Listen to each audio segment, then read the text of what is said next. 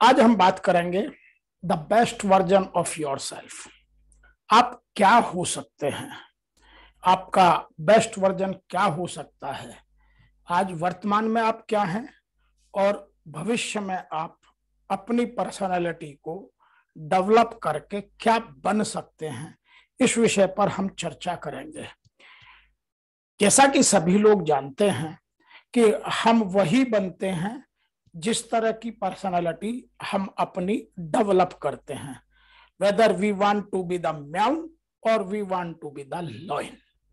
यह हमारे ऊपर निश्चित करता है, यह हमारे जीवन के सलेक्शन है। This is a matter of our choice. दूसरी चीज हमारी मैटर करती है कि हम अपने जीवन में क्या चिकन बनना चाहते हैं या फिर ईगल बनना चाहते हैं, क्योंकि हमारी लाइफ में हम अपने ही पर्सनालिटी से चिकन बन जाते हैं और अपनी ही पर्सनालिटी से हम ईगल बन जाते हैं। जबकि आपको जानते हैं कि ईगल आकाश की ऊंचाइयों को छूता है, अपने शत्रु पर मजबूत पकड़ रखता है, अपने जीवन में रीस्किलिंग और अप स्किलिंग 2 बार करके 40 साल और फिर 80 साल 100 साल तक की उम्र जीता है। वही चिकन जमीन पर कुदक फुदक करके अपने जीवन को बहुत जल्दी बहुत कम समय में पूरा कर लेता है। तो यह हमारे जीवन में हमारी चॉइसेस, हमारे सलेक्शन, हमारे चयन पर निर्भर करता है कि हम बनना क्या चाहते हैं। हम अपने जीवन में कौन सा अपना फोटो फ्रेम लगाना चाहते हैं। हम अपने चेहरे पर खुशी देखना चाहते हैं, विस्मितता का भाव देखना चाहते हैं, चेहरे पर सैडनेस देखना चाहते हैं। हम अल्टीमेटली अपने आप को किस फ्रेम में फिट करते हैं, यह हमारे ही ऊपर निर्भर करता है और यही हमारी पर्सनैलिटी कही जाती है। हम क्या बनना चाहते हैं यह इसी बात से निर्भर करता है कि हमारी चॉइसेस किस तरह की हैं, हम कैसे सोचते हैं, हम क्या अपने जीवन में प्लान करते हैं, हमारे जीवन का उद्देश्य हमने क्या बना लिया है। यह हमारी सब कुछ हमारी थिंकिंग पर और थिंकिंग से लिए गए डिसीजन पर और लिए गए डिसीजनों के आधार पर अपनी लाइफ में एक्शन करने पर, क्रियान्वयन करने पर, उधर मुड़ जाने की जो स्थिति है वही हमारी पर्सनालिटी कही जाती है। आइए इस बात को हम ऐसे भी समझ सकते हैं कि हम अल्टीमेटली अपना कौन सा वर्जन पसंद करते हैं, हमें बेस्ट वर्जन हमारी लाइफ का क्या लगता है। और हम यदि अपनी वीक लाइफ से स्ट्रांग लाइफ की तरफ जाते हैं, हम अपनी सैड लाइफ से हैप्पी लाइफ की तरफ जाते हैं, हम फेलियर से सक्सेस की ओर जाते हैं, यह सब हमारी पर्सनालिटी पर निर्भर करता है। इसके लिए हमें कुछ काम करने होंगे और वो काम क्या है, आइए एक एक करके उनको समझते हैं। लव योर सेल्फ, होन your interaction skill, avoid silly things in life, appreciate the person doing anything good or appreciate others. Number 5 है admit your flaws and your weaknesses or rather you strengthen your strength. Number 6 पर आता है perpetuate smile your face. किसी भी condition में, किसी भी विषम से विषम परिस्थितियों में आपके चेहरे पर शांत और मुस्कान हमेशा बनी रहे, यह हमारे ऊपर निर्भर करता है। Number 7, try to discover new things and new ideas, innovate, create opportunities, grab the opportunities, ये हमारे चयन पर निर्भर करता है। These are the matter of our choices. Number 8, face boldly the challenges in your life. This is the VUCA word, everybody knows.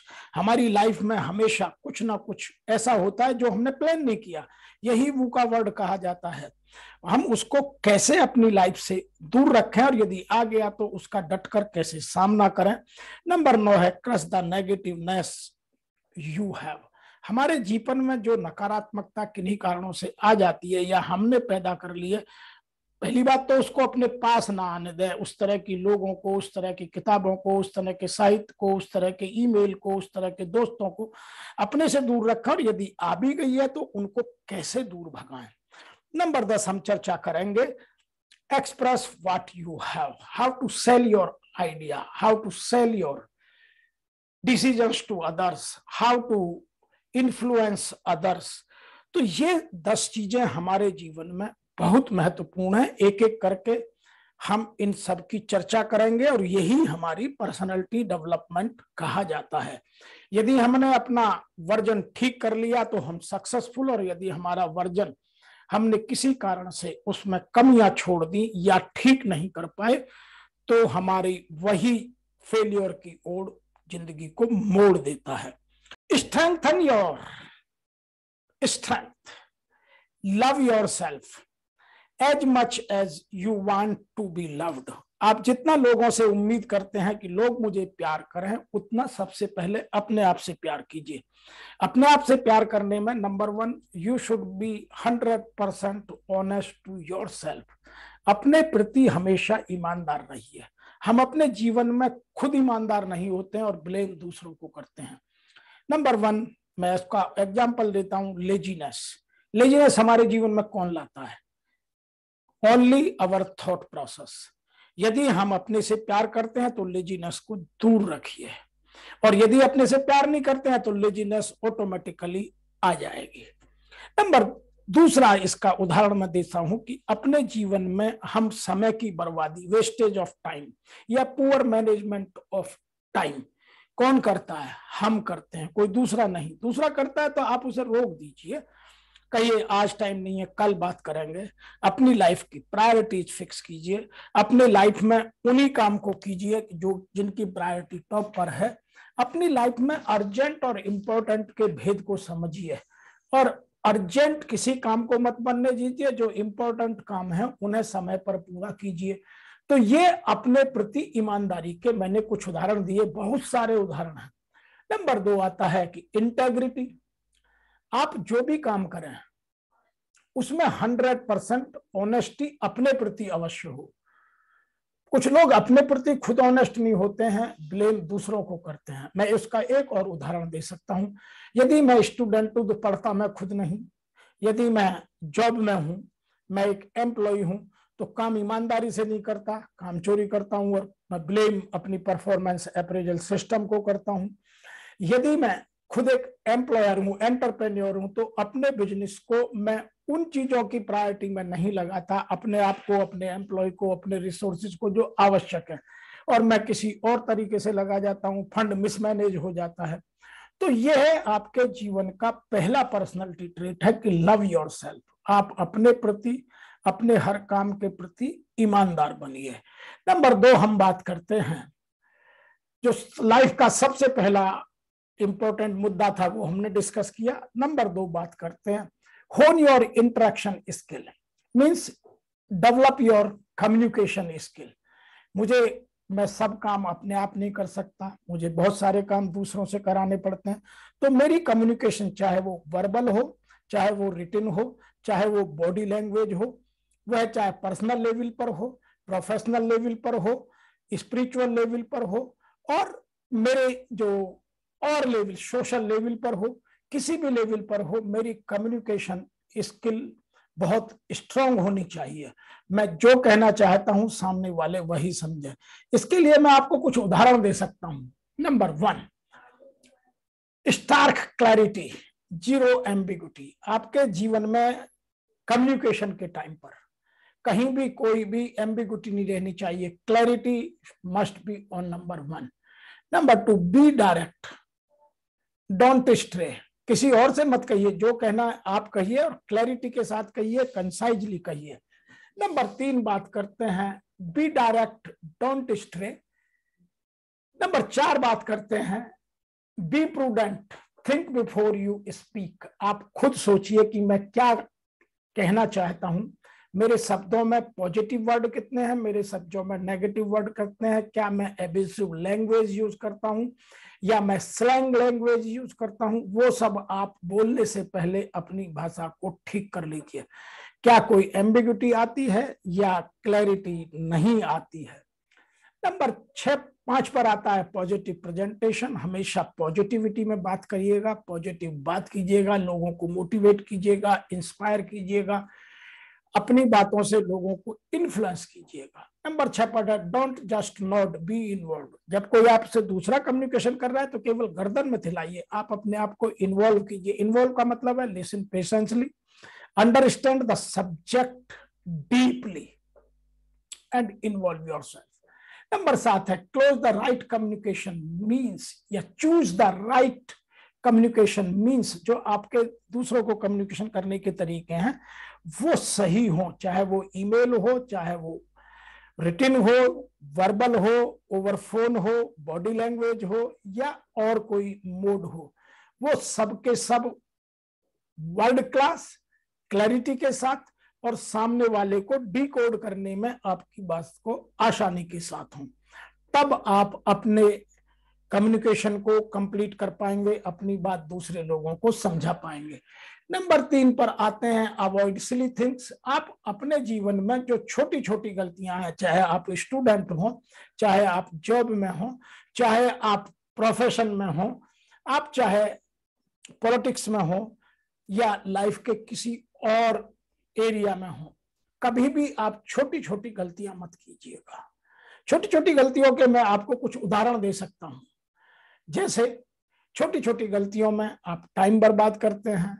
Number 2, अपने जो thought process है उसको आप दूसरों के सामने प्रॉपरली एक्सप्रेस नहीं कर पाते हैं।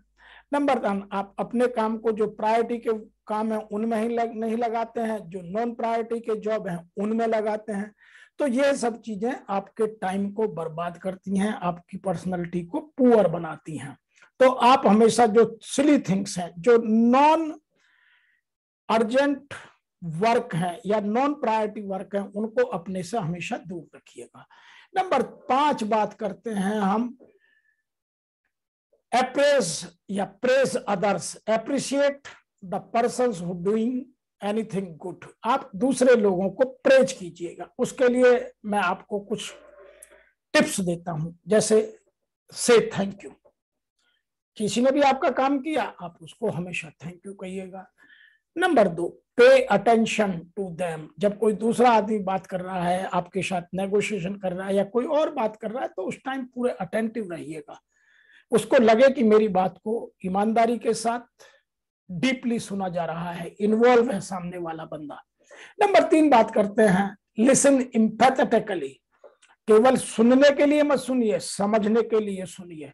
आप उसके लेवल पर जाकर सुनिए, तब आपकी एम्पैथी और सिंपैथी का डिफरेंस आपको समझ में आएगा। जो लोग एम्पैथेटिकल लिसनर्स होते हैं वो उसी लेवल पर जाकर उसकी बात को समझते हैं, क्योंकि कई बार लेवल का हायरार्की का गैप हो सकता है, नॉलेज का गैप हो सकता है, अंडरस्टैंडिंग का गैप हो सकता है, डेटा का गैप हो सकता है। तो एम्पैथेटिक में इन सब चीजों को दूर किया जा सकता है। नंबर 4 इसी का मेन मुद्दा है राइट ऑन एप्रिसिएशन नोट्स। आप किसी से मीटिंग करके आए, तब मिलकर आए, तब किसी ने अच्छा काम किया हो, तब तो एक अच्छा मेल भेजिए, फोन से बात कीजिए। कभी भी किसी भी एक्शन की सीक्वेंस को हमेशा पॉजिटिव नोट के साथ बंद कीजिए। नंबर 5 है बी रिलायबल। आपकी reliability should be very high. आपको कोई काम दिया जाए, आपसे कोई बात की जाए, तो उसकी कॉन्फिडेंशियलिटी, उसकी ट्रस्टवर्दीनेस, उसकी जो रिलायबिलिटी का लेवल है वो सब बहुत हाई होना चाहिए। Number 6 be specific. काम के टाइम पर काम की बात। Don't mix many issues in one talk. हम बहुत सारी बातें बहुत सारे समय पर करते रहते हैं, तो उनकी जो डेप्थ है, उनकी जो ग्रेविटी है वो मिस हो जाती है, और इंपॉर्टेंट काम बड़े लाइटली वे में कह दिए जाते हैं, उनकी इंपॉर्टेंस नहीं होती है, फिर काम छूट जाते हैं। और कभी कभी वो काम बहुत सीरियस ले लिए जाते हैं जिनकी आवश्यकता नहीं होती। इसीलिए आप अपने काम में हमेशा स्पेसिफिक बनिए। नंबर 7 है actions speaks louder than words. आप लोगों से कम्युनिकेशन कम कीजिए, आप एक्शन ज्यादा कीजिए।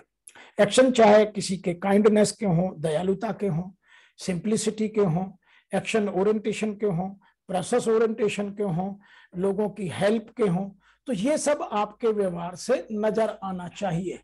नंबर 5 बात करते हैं हम, admit your flaws and weaknesses.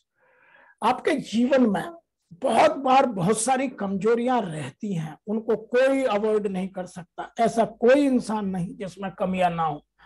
तो हमें जरूरत है अपनी कमियों को एडमिट करने की और फिर उन पर लगातार काम करके सुधार करने की। वैसे आज का टाइम स्ट्रेंथन योर स्ट्रेंथ का आ गया, वीकनेस को साइड करके रखिए और अपनी स्ट्रेंथ को मजबूत कीजिए, उसी से आगे बढ़िए। लेकिन जब तक आप अपनी गलतियों को स्वीकारेंगे नहीं, तब तक उनसे कुछ सीखेंगे नहीं।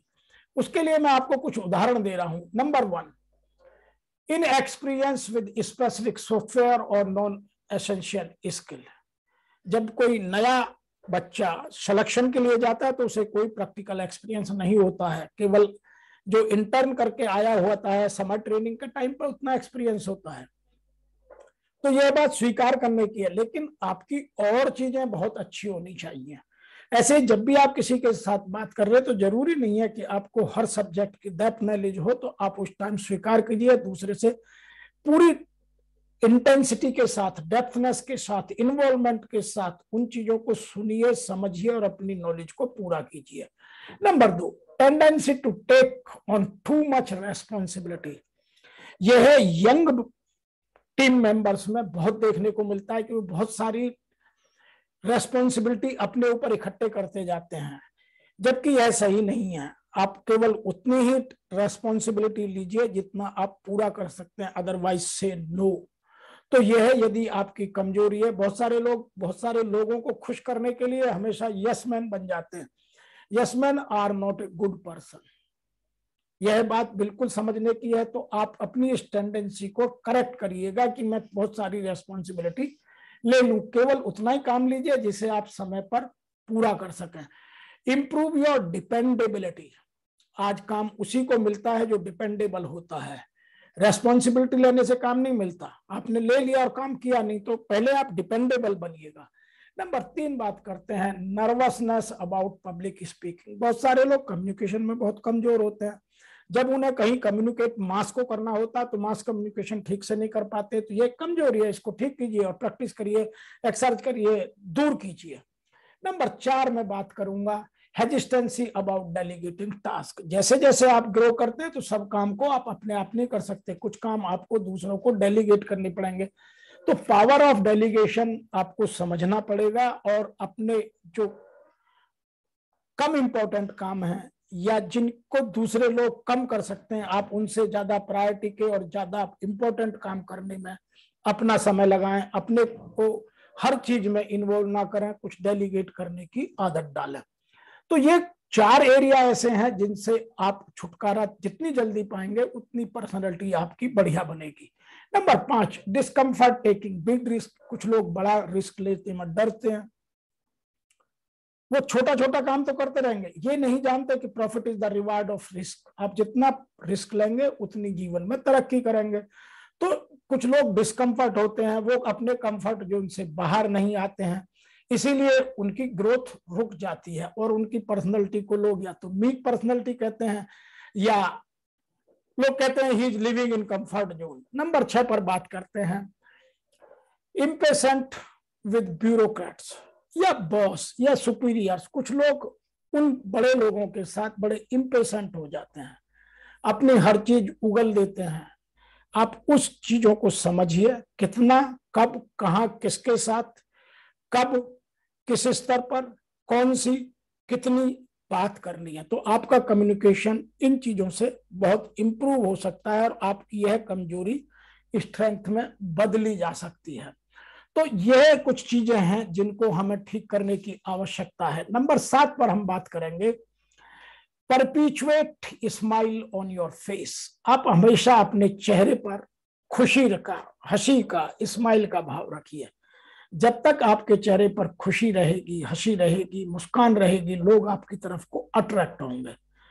क्योंकि हंसते हुए चेहरे की तरफ सब अट्रैक्ट होते हैं और जो दुखी होते हैं, जिनके चेहरे लटके हुए होते हैं, सैडनेस होती है, उधर लोग जाने में बचते हैं। तो अपने चेहरे पर हमेशा मुस्कान का भाव रखिए।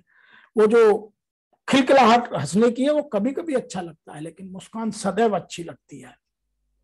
इसके लिए मैं कुछ टिप्स देना चाहता हूं। नंबर 1, यदि आपके चेहरे पर मुस्कान रहेगी, आप प्रसन्नचित मुद्रा में रहेंगे, तो सबसे पहले आपका ब्लड प्रेशर कंट्रोल रहेगा, ना कम होगा ना ज्यादा होगा। नंबर 2, इंक्रीज एंड्योरेंस, ये आपकी एंड्योरेंस लेवल को बढ़ाता है। चेहरे पर मुस्कान रखने से endurance level definitely would be very high. Number 3, reduced pain, जीवन में दर्द किसके में नहीं है, हर के जीवन में कहीं ना कुछ कमियां हैं। भगवान सबको सब कुछ नहीं देता, कोई ना कोई कमी पर्सनल लेवल पर, प्रोफेशनल लेवल पर, सोशल लेवल पर, स्पिरिचुअल लेवल पर या और किसी लेवल पर कमी होती है। कई बार फैमिली में बड़े डिस्प्यूट होते हैं, कई बार प्रोफेशनल लेवल पर बड़े डिस्प्यूट होते हैं, कभी बिजनेस में होते हैं। तो जीवन में कमियां होती हैं और उनकी वजह से दर्द होते हैं, वो चेहरे पर मुस्कान लाने से कम हो जाते हैं या छुप जाते हैं। Number 4, reduce stress. आज वर्तमान युग में किसको स्ट्रेस नहीं है? बिना स्ट्रेस की जिंदगी में ना तो पीक परफॉर्मेंस अचीव होती है, ना हमारी जिंदगी में ग्रोथ आती है। तो स्ट्रेस जरूरी है, लेकिन यह स्ट्रेस के लेवल को या तो कंट्रोल रखता है या स्ट्रेस को कम करता है। इसीलिए अपने चेहरे पर मुस्कान लाना, मुस्कान रखना बहुत जरूरी है। Number 5, strengthen immune system. हमने कोरोना के टाइम में देखा, जिनकी इम्यून सिस्टम बहुत मजबूत थे उन्होंने फेस किया, जिनके कमजोर थे वो उसके ग्रिप में आ गए और बहुत सारे लोगों ने अपनी जिंदगियां खोई। बहुत सारे लोग कमजोर इम्यून सिस्टम होने के कारण बीमार हो जाते हैं। तो यह आपके इम्यून सिस्टम को मजबूत करता है। इसलिए हमेशा अपनी पर्सनैलिटी में परपिचुएट स्माइली ऑन योर फेस, इस बात का ध्यान रखें कि आपके चेहरे पर हमेशा मुस्कान रहे। और स्माइल वर्ल्ड का सबसे बड़ा ऑर्नामेंट है। हम मेल हो या फीमेल हो, यदि चेहरे पर मुस्कान है तो फिर हमें किसी और ऑर्नामेंट की जरूरत नहीं है। हमारी नेचुरल ब्यूटी इससे ऑटोमेटिकली बहुत बढ़ जाती है। ये जो आर्टिफिशियल या जो मटेरियलिस्टिक ऑर्नामेंट है, इनसे कभी कभी हमारी ब्यूटी बढ़ सकती है, लेकिन नेचुरल ब्यूटी हमेशा स्माइल से ही आती है। तो please try to understand the value of perpetuation smile on your face. Number next बात करेंगे हम, डेवलप अट्रैक्शन। जिन लोगों के चेहरे पर हमेशा खुशी होती है, मुस्कान होती है, प्रसन्न मुद्रा होती है, तो उनकी ओर लोग अट्रैक्ट होते हैं। हर कोई आदमी खिंचा चला आता है, उसका व्यक्तित्व ऐसा लगता है कि क्या बढ़िया व्यक्तित्व है, आइए इससे बात करते हैं। तो अपने जीवन में इन चीजों को लाने के लिए आपको यह सब करना बहुत आवश्यक है। नंबर नेक्स्ट बात करेंगे हम, try to discover new things and new ideas. आज पर संपूर्ण विश्व, मैं तो कहूंगा ब्रह्मांड एक हो चला है।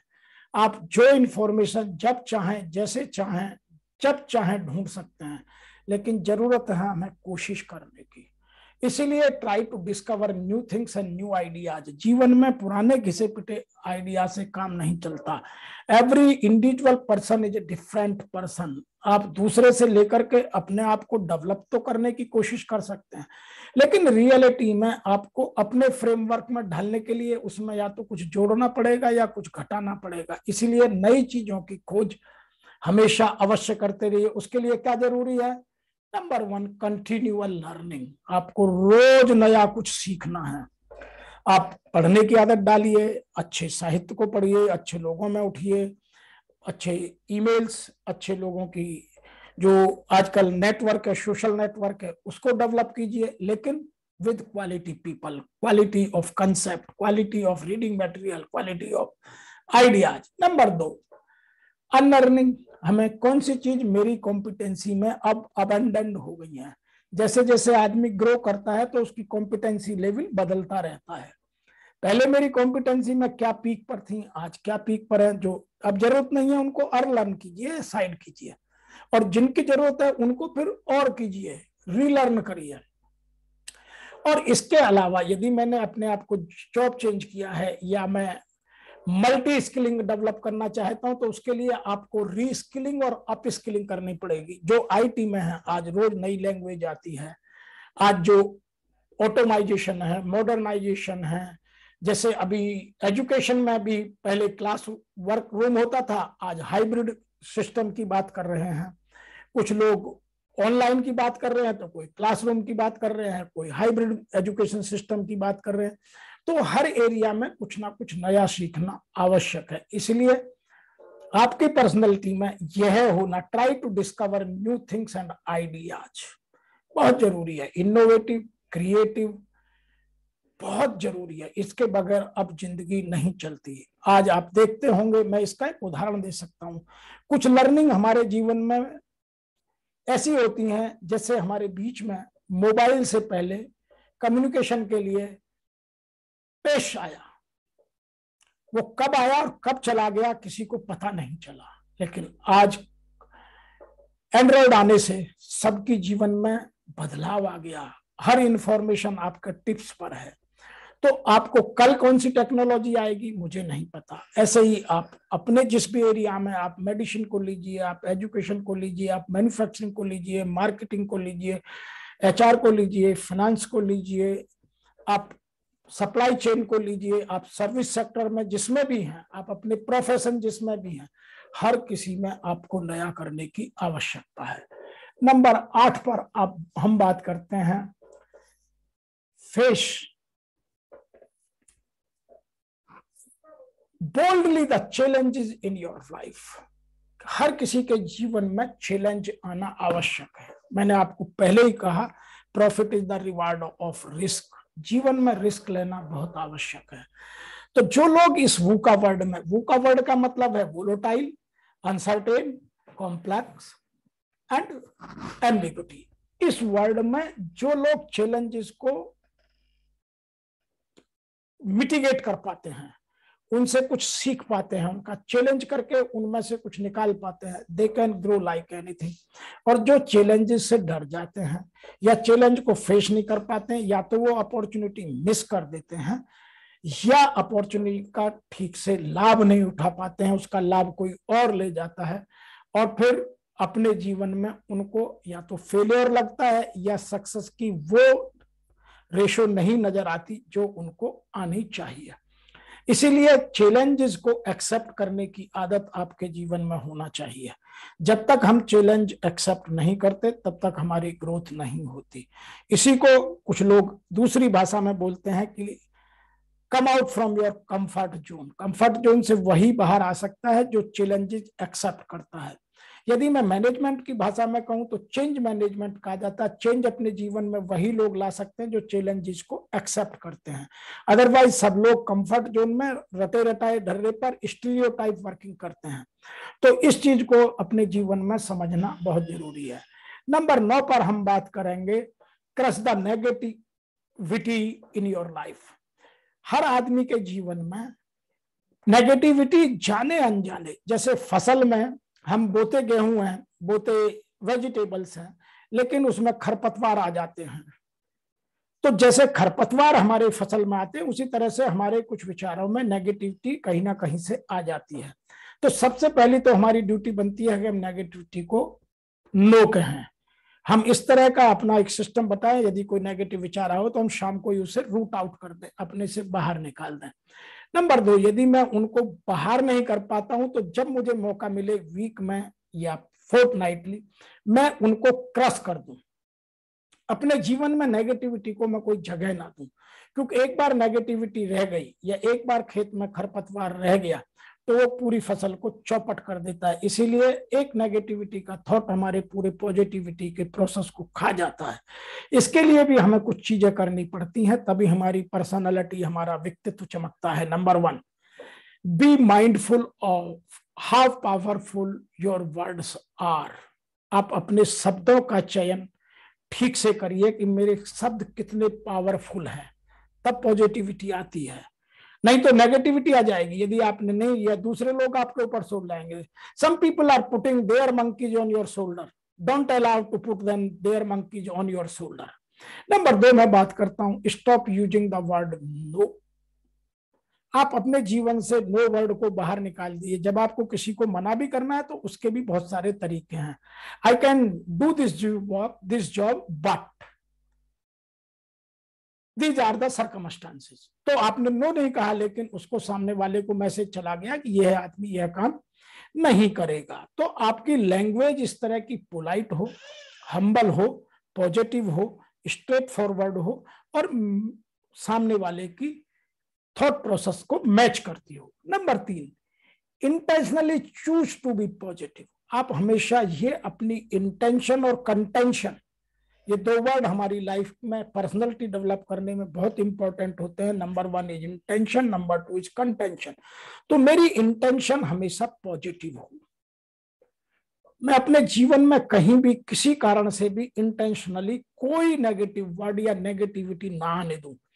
नंबर 4 पर आता है क्रिएट न्यू ब्रेन कनेक्शंस। आप अपने दिमाग में नए ब्रेन कनेक्शंस डेवलप कीजिए। वो किससे होंगे? अच्छे साइज से, अच्छे लोगों से, अच्छे जानकारी से, हेल्थी डाइट से, हेल्थ के एक्सरसाइज से। तो आप उन चीजों को अपने में डेवलप कीजिए और अपने इर्द गिर्द उस तरह का ऑरा डेवलप कीजिए जहां से आपको सॉल्यूशंस अधिक और प्रॉब्लम्स कम मिले, या पॉजिटिव थॉट अधिक और वेस्टर्स या फिलर्स ना मिले। नंबर 5 पर है surround your self with positivity. आपकी चाहे वो बुक्स हो, फ्रेंड हो, ईमेल्स हो, आपका सोशल सर्किल हो, आपका प्रोफेशनल सर्किल हो, जहां भी हो, जिस भी एरिया में आप बैठे वहां आपके पॉजिटिव लोगों के साथ ही बैठिए। जो नेगेटिव है उनसे हमेशा बच कर रहिए। तो यह आपकी पर्सनैलिटी में बहुत इंपॉर्टेंट फैक्टर है और आपको यह चमका देगा, क्योंकि फिर आप एक्शन ओरिएंटेड पर्सन बनेंगे, प्रोसेस ओरिएंटेड पर्सन बनेंगे, रिजल्ट ओरिएंटेड प्रोसेस में आप बिलीव करेंगे और नेगेटिविटी को ना करने की प्रोसेस को, काम को टरकाने को, काम को लटकाने को आप पीछे छोड़ते चले जाएंगे। तो आपका टाइम मैनेजमेंट बढ़िया होगा, आपके लोगों के साथ रिलेशन बढ़िया होंगे और आपकी जो डिपेंडेबिलिटी है वह ऑटोमेटिकली बढ़ जाएगी। नंबर 10 पर हम बात करते हैं एक्सप्रेस व्हाट यू हैव। हर आदमी के पास भगवान ने बहुत सारी अच्छी चीजें दी हैं। भगवान ने सबको सब कुछ नहीं दिया है, लेकिन कुछ कुछ को कुछ कुछ दिया है। तो आपके पास क्या अच्छा है, आपके पास कौन सी स्किल या कॉम्पिटेंसी अधिक है, आप उसको कैसे बेच सकते हैं, दूसरों को कैसे समझा सकते हैं, उससे अपने काम कैसे निकाल सकते हैं, वो ठीक से आप लोगों को उसकी टाइम शेड्यूलिंग और उसका तरीका फिट कीजिए। इसके लिए मैं आपको कुछ उदाहरण दे सकता हूं। Number 1, get the facts in place behind your idea. आप जब भी किसी के साथ बात करें तो केवल जर्नल बात नहीं करें, उसमें कुछ डेटा दें। जब तक आप डेटा नहीं देंगे तो सामने वाले को उसकी ना तो रिलायबिलिटी ना ट्रस्ट उसमें जनरेट होगा। Number 2, link emotions to the facts. आप जब भी बात करें तो उसमें कुछ आपके इमोशंस नजर आने चाहिए। Link emotions to the facts supporting to your ideas. तो आप यदि इमोशनल हो करके, लोगों की इमोशंस का ध्यान रख करके, अपने इमोशंस को कनेक्ट करके और इमोशनल लेवल पर जाकर के बात करेंगे तो उसका एम्पैथेटिकल इम्पैक्ट बहुत अधिक होगा। इसीलिए आपको जब भी आप अपना कोई आइडिया, अपना कोई प्रोडक्ट, अपनी कोई सर्विस दूसरे को बेचते हैं तो इन चीजों का ध्यान रखिए। मैं आपको एक और उदाहरण देता हूं। आप जब भी कोई किसी भी प्रोडक्ट का, किसी सर्विस का एड देखते हैं तो आप देखिएगा उसमें वो आपकी फीलिंग्स को, आपकी इमोशंस को कैसे एनकैश करने की कोशिश करता है। नंबर 3 मैं यहां उदाहरण देना चाहूंगा, make your idea easier to support. आपके आइडिया ऐसे हो जो दूसरे को सपोर्ट करने में आसानी देते हो, वो उसको पहले सिरे से ही सुनते ही नकारने की बात नहीं करे। तो इसका कारण है कि आप विन विन सिचुएशन में रहें, आई विन यू लूज में नहीं जाए या यू विन आई लूज में ना जाए। आप हमेशा विन विन सिचुएशन क्रिएट करें और विन विन सिचुएशन जो क्रिएट करवाते हैं वो अपने आइडिया को, वो अपने प्रोडक्ट को, वो अच्छे नेगोशिएशन को, अपनी डील को पूरा कर पाते हैं। Number 4, quietly build your support one by one. आप पहले थोड़े से स्टार्ट कीजिए। हिंदी में कहा जाता है कि उंगली पकड़कर पहुंचा पकड़ना। तो आप अपनी सपोर्ट सिस्टम को एक एक करके आगे बढ़ाइए। एकदम बहुत बड़ी बात करेंगे तो सामने वाले को डाउट हो सकता है।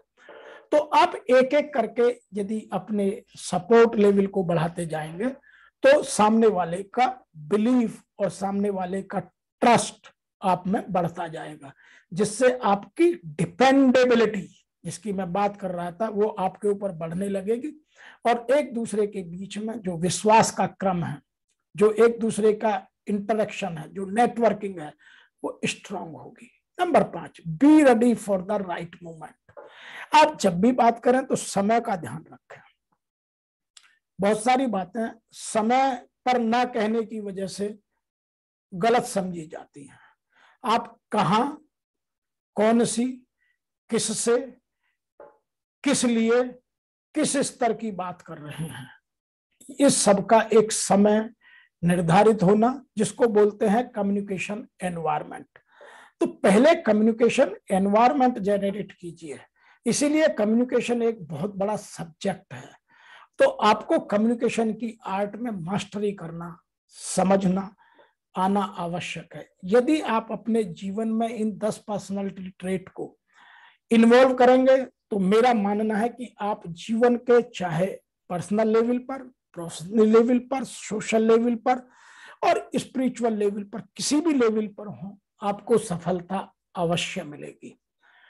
मैं आशा करता हूं कि आपको मेरे ये वीडियोस पसंद आते होंगे। आपको यदि पसंद आते हैं तो लाइक करें, मेरे चैनल को सब्सक्राइब करें और बेल आइकॉन दबाकर यह सुनिश्चित करें कि इस तरह के वीडियो आपकी पर्सनैलिटी इंप्रूव करने के लिए, आपकी नॉलेज अपडेट करने